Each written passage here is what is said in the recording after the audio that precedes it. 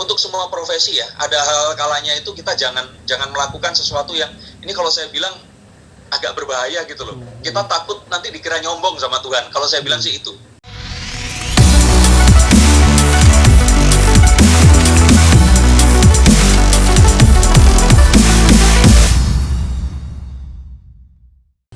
Ada nggak sih Mas kira-kira angkanya yang terkait gitu Mas, yang Mas lihat gitu loh? Oke, yang pertama adalah satu, kalau boleh saya bilang, ya ini kebetulan.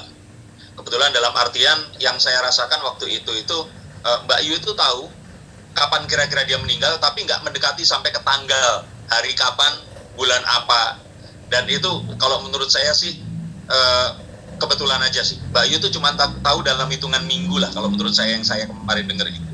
Dan kalau masalah terus kemudian orang mengait-kaitkan itu, ya saya bilang yang pertama itu kebetulan. Yang kedua, ini sepertinya bisa saja ini sebuah sugesti. Sugesti artinya apa? Satu hal yang sifatnya itu kita percaya, itu akan bisa jadi sebuah kejadian tanpa kita sadari. Jadi apapun yang kita rasakan, misalkan nih, misalkan dirimu suka seorang wanita yang berkulit agak sawo matang, matanya agak lebar, bibirnya tebal seperti itu. Nah, karena dulu waktu kecil mungkin kamu pernah ketemu sama seorang yang misalkan belanja ke warung, terus tiba-tiba nggak punya uang, lupa uangnya ketinggalan, akhirnya ya udah nggak apa-apa, nggak usah bayar. Terus kita merasakan pertolongan dari seorang wanita itu, terus kemudian kita punya kecenderungan terhadap wanita dengan wajah seperti itu. Sampai akhirnya ternyata kita memilih seorang wanita sebagai istri yang wajahnya seperti itu. Jadi ini adalah sebuah sugestif yang terus kemudian kita amini, tapi tanpa kita sadari. Jadi mungkin saja Mbak Yu ini melihat bahwa angka 17 ini adalah angka yang baik. Nah, tapi kan kita sebagai manusia kembali ke yang pertama itu, kebetulan. Kebetulan itu selalu keinginan untuk mengait-ngaitkan, menyambung-nyambungkan. Padahal kan sebenarnya 17 sama angka 1 kan beda, Mas. Betul kan? 1, 7, dan 17 itu angka yang berbeda. Saat terus kemudian 1 disandingkan dengan 7 artinya 1 Juli, kan bisa saja artinya bisa 1 atau 7 atau 17. Jadi kalau saya pikir ya ini kebetulan. Tapi kalau mau dikait-kaitkan ya monggo, asalkan itu menuju ke sesuatu yang positif. Oke. Mas, saat Mbak Yu pertama kali meramalkan tentang kematiannya, gimana sih sikap Mas Darko? Setelah kaget atau seperti apa gitu Mas?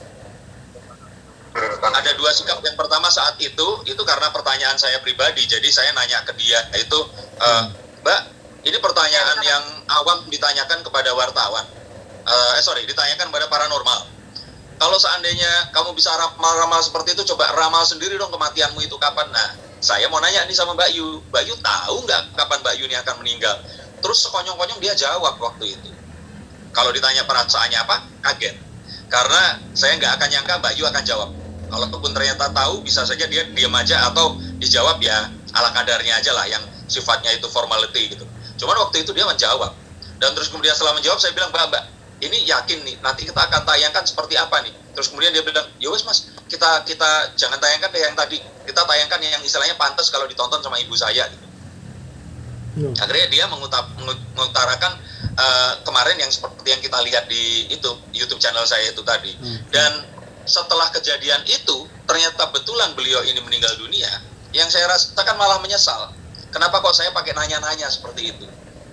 Karena bisa jadi jangan itu jadi sugestif yang terus kemudian membuat beliau ini akhirnya ya meninggal dunia gitu. Padahal dalam artiannya ya nggak akan mungkin kan kita mendoakan orang meninggal terus orangnya akan meninggal, karena hidup mati seseorang itu ada di tangan Allah. Ini yang saya merasa, tapi tetap saya merasa kok, aduh kalau seandainya itu kemarin nggak saya tanyakan, terus kejadiannya ya tetap kejadian pun saya nggak akan merasa bersalah seperti sekarang. Lebih ke situ sih. Oke, Mas, ini kan selain Mbak Yu ada juga Ray Kiyoshi katanya meramalkan kematiannya. Gimana Mas Dini melihat hal seperti ini? Bisa nggak sih Mas orang Oke, tadi kan saya udah tarikan kartunya ini. Kalau menurut saya sih ini ada kartu The Four of Wands. Ini satu hal yang pasti, satu hal yang resmi, satu hal yang ada satu orang pun di dunia ini yang bisa meramalkan kematiannya sendiri maupun kematian orang lain secara tepat. Jadi kalau saya bilang ini mungkin kira-kira, dan itu akan bisa meleset, akan bisa tidak.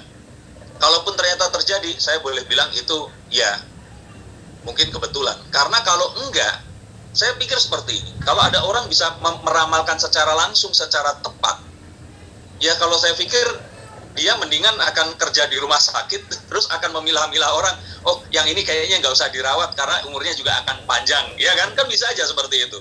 Jadi kalau menurut saya kalau tepat itu tidak ada. Roy pun mengatakan bahwa dia akan meninggal sebelum umur 40 karena satu penyakit, atau kalau tidak diracun orang. Kalau nggak salah itu, saya belum baca beritanya. Tapi kembali lagi, dia pasti nggak akan bisa meramalkan secara tepat. Seperti itu. Jadi nggak bisa tahu nih, umur berapa, hari apa gitu kan, pasti akan susah. Nah itu yang saya lihat. Yang kedua, kalau menurut saya, ini kalau saya pikir sih, ada satu faktor ekonomi di sini. Maksudnya faktor ekonomi, kalau menurut saya, ini kayaknya Roy ini sebenarnya dia mungkin saja loh ya, kalau menurut saya, itu nggak pengen ngomong tapi ditanyai sama wartawan. Pertanyaan yang sama seperti saya menanyakan Mbak Yu, paham ya maksudnya? Iya. Saya menjelaskan apa. Jadi bisa saja wartawan itu tadi sama kayak saya nanya ke Mbak Yu, Mas Roy, Mbak Yu ini kan bisa meramalkan kematiannya. Coba Mas Roy bisa nggak? Kalau saya pikir sih ada itu gitu loh. Sehingga akhirnya dia mengucapkan ramalannya ini tadi, yang kemudian dia ucapkan, yang kalau saya bilang angka 40 itu terlalu pesimistis lah. Mungkin saat ini dia sedang, teman-temannya ini saya yakin banyak yang meninggal dunia karena wabah ini.